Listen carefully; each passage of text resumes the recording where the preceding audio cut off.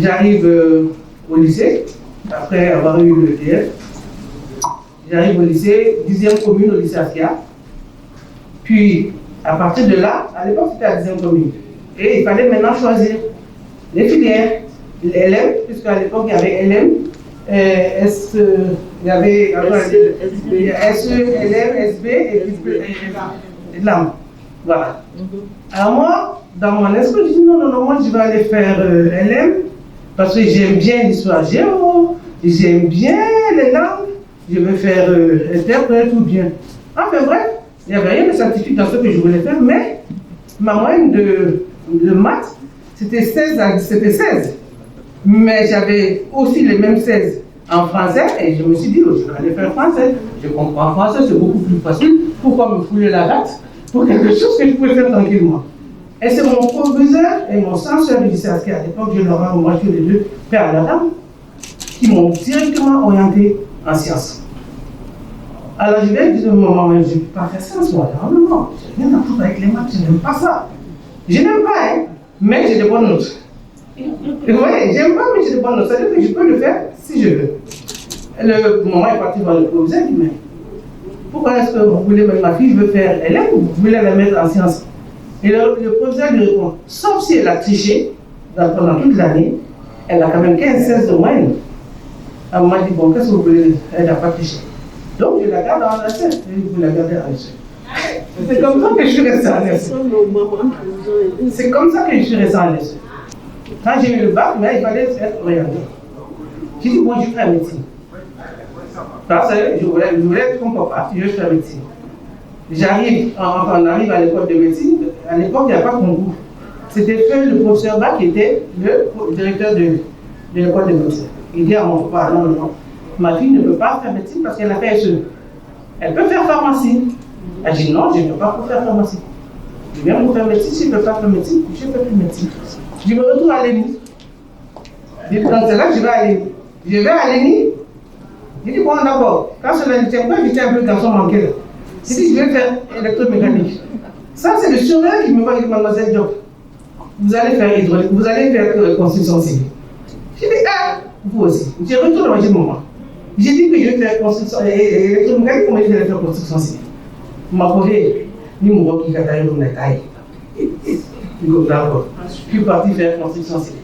Construction civile, il y avait encore deux sections. Il y avait BTP et il y avait hydraulique. À l'hydraulique, il y avait très peu de monde. Parce que finalement, j'ai pris hydraulique.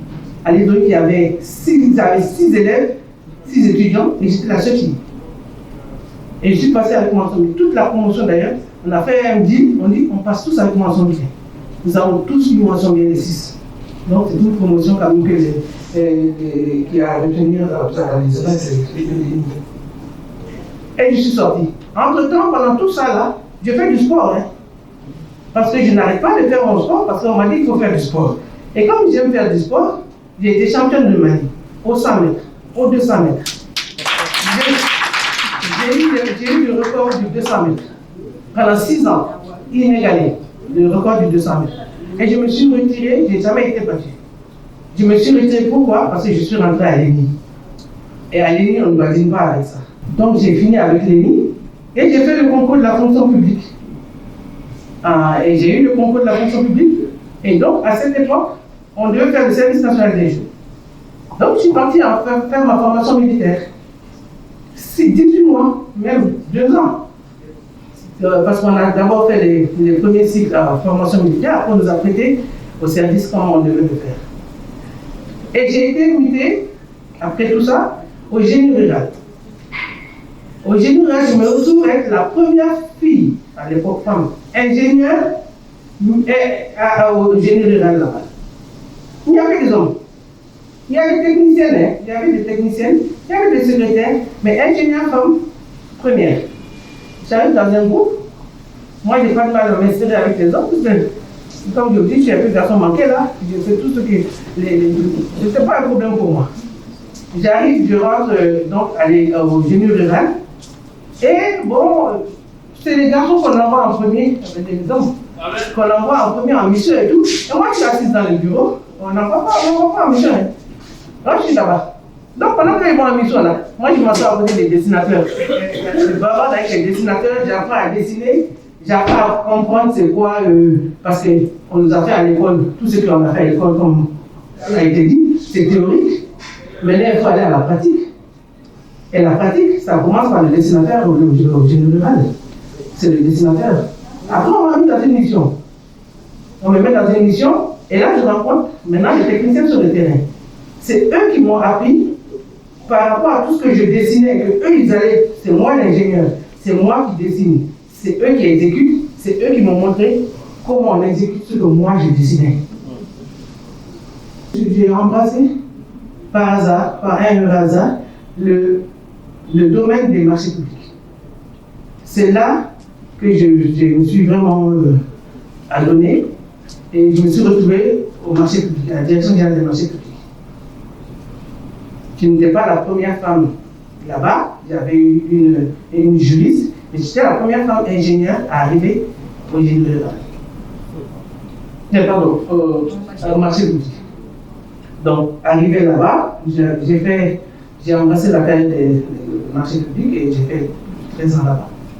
Et il y a eu au Canada, il y a une école, une institut au Canada qui fait une accréditation en passation de marché public, en expert, ils mettent les experts de passation dans un système et si tu réussis la formation, tu deviens manager spécialiste en passation des marchés. Et j'étais la première malienne à obtenir cette accréditation. Le marché public, le grade le plus bas, c'est chargé de mission. Et tous les cadres A sont chargés de mission à la DGM. J'arrive cadre. Après quelques années, un jour on m'appelle pour me dire félicitations.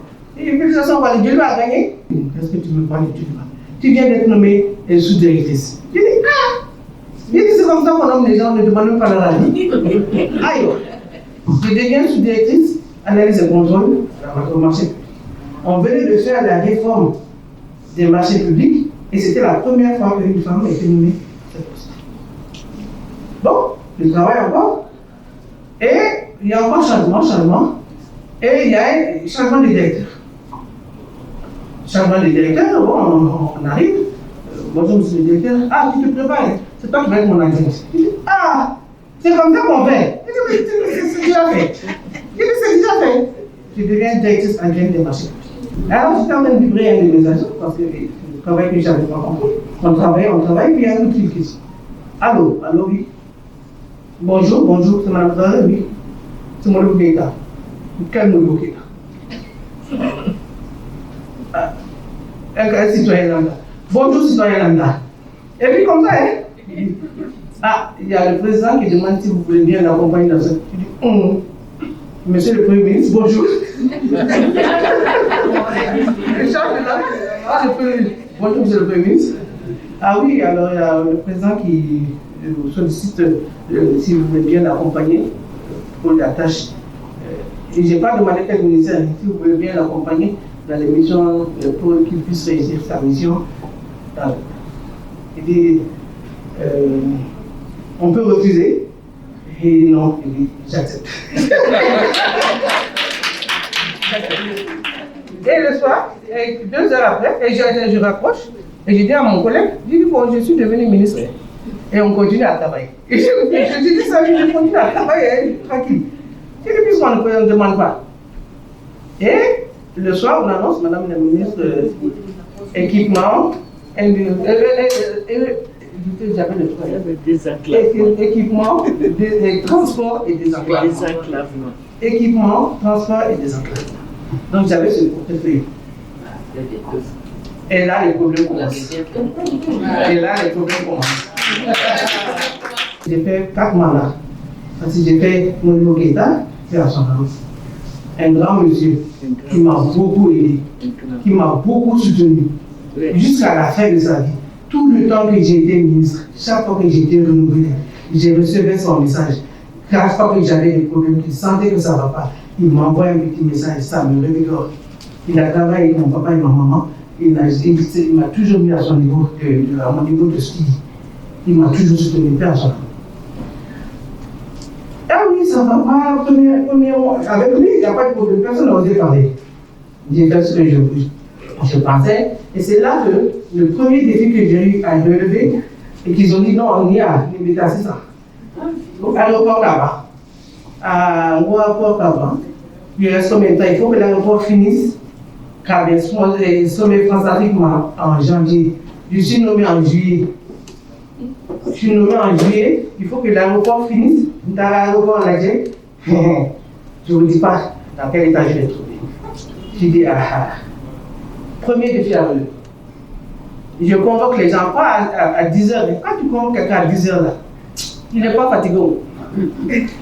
Je le convoque à 18h. Tout le monde a mon bureau à 18h. Et là, on commence. Dites-moi, qu'est-ce qu'il va pas? Allez, parlez. Donc, on peut le faire. Non, c'est-à-dire qu'il y a ceci, je dis d'accord. Alors, il est 20h. On se retrouve demain à 18h.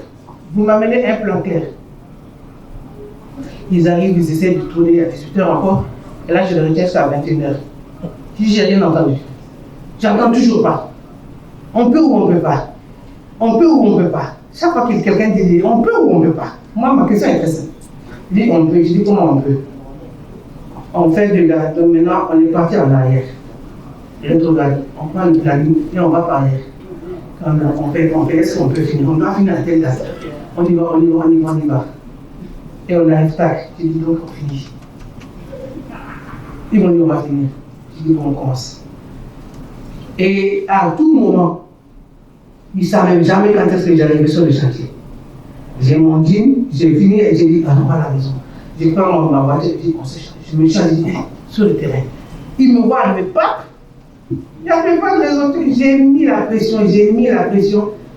Et en conseil de ministre, on me dit, le ministre, où est-ce qu'on en est avec les ça va finir.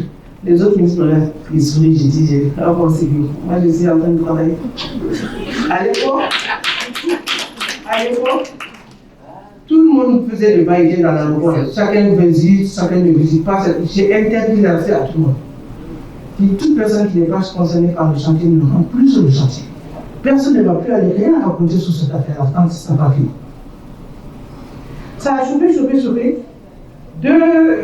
En décembre, l'affaire là c'était le 17 janvier. Le président dit mais il faut qu'on trouve une solution pour accueillir les gens parce que l'aéroport n'est pas fini. Comment on va faire? Il faut faire un plan B. J'ai dit mais dans les temps que je parle. J'ai demandé, je n'ai pas parlé sur le plan. J'ai fait affaire avec son chef de cabinet, son directeur de cabinet. Est-ce que tu peux faire détourner le président en allant à la maison? Il faut l'amener à l'aéroport. On a fait notre petit plan. J'étais avec mon grand frère, le chef de directeur de cabinet, c'est mon grand frère. Grand frère, on va faire comme ça. Il me dit d'accord. Alors, j'ai commencé à préparer, je ne savais pas c'était quand. Donc j'ai mis toute l'équipe en place. À tout moment, on soigne, c'est bon. Il me dit, ce sera pour ce soir. Je dis, il n'y a aucun problème. Alors il vient, il continue le président. Il a réussi à le faire continuer et venir. Dès que le président arrive, sa voiture s'arrête.